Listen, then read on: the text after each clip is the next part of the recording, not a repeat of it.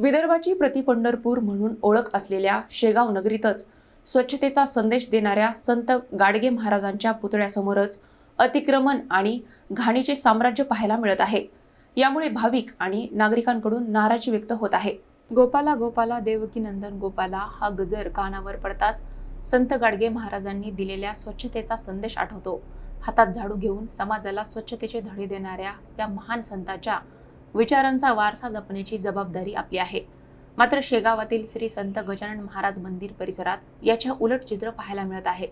संत गाडगे महाराजांच्या नावाने उभारण्यात आलेल्या सौंदर्यीकरण परिसरातच आज अतिक्रमणाचा विळखा आणि घाणीचे साम्राज्य पसरलेले दिसत आहे। विशेष म्हणजे कोट्यवधी रुपये खर्च करून विकसित करण्यात आलेल्या पालखी मार्गावरही अनेक ठिकाणी अतिक्रमण आणि अस्वच्छता दिसून येत आहे।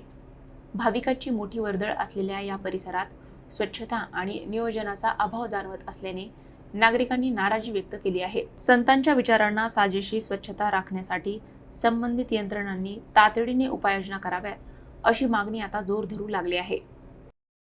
याकरता दोष कोणाला द्यावा? काय जनता दोषी आहे की अधिकारी दोषी आहे की नवनिर्वाचित असलेले जे सदस्य आहेत ते दोषी आहेत?